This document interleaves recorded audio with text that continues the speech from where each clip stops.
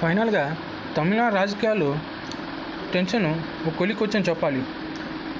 విజయ్ టీవీకేకి మద్దతుగా మిగతా పార్టీలు రావడంతో మ్యాజిక్ ఫిగర్ని టచ్ చేసి 107 స్థానాల కాడ ఆగిన TVK Congress 5, CPI 2, CPM 2, VCK 2, IUML party 2 సీట్లు అలయన్స్కి ఇవ్వడంతో మ్యాజిక్ ఫిగర్ 118 టచ్ అయి 120 స్థానాలతో గవర్నమెంట్ని స్థాపించడానికి విజయ్ పార్టీకి అవకాశం దొరకడంతో మీరు గవర్నర్కి అప్పీల్ చేసుకోవడానికి 6:30కి గవర్నర్ పర్మిషన్ ఇచ్చారు.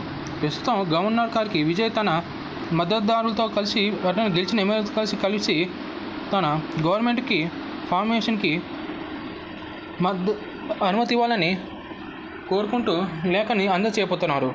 వీలైతే ఇవాళ కానీ లేదంటే రేపో ఎల్లుండో ఆయన ప్రమాణ స్వీకారం చేసే అవకాశం ఉంది.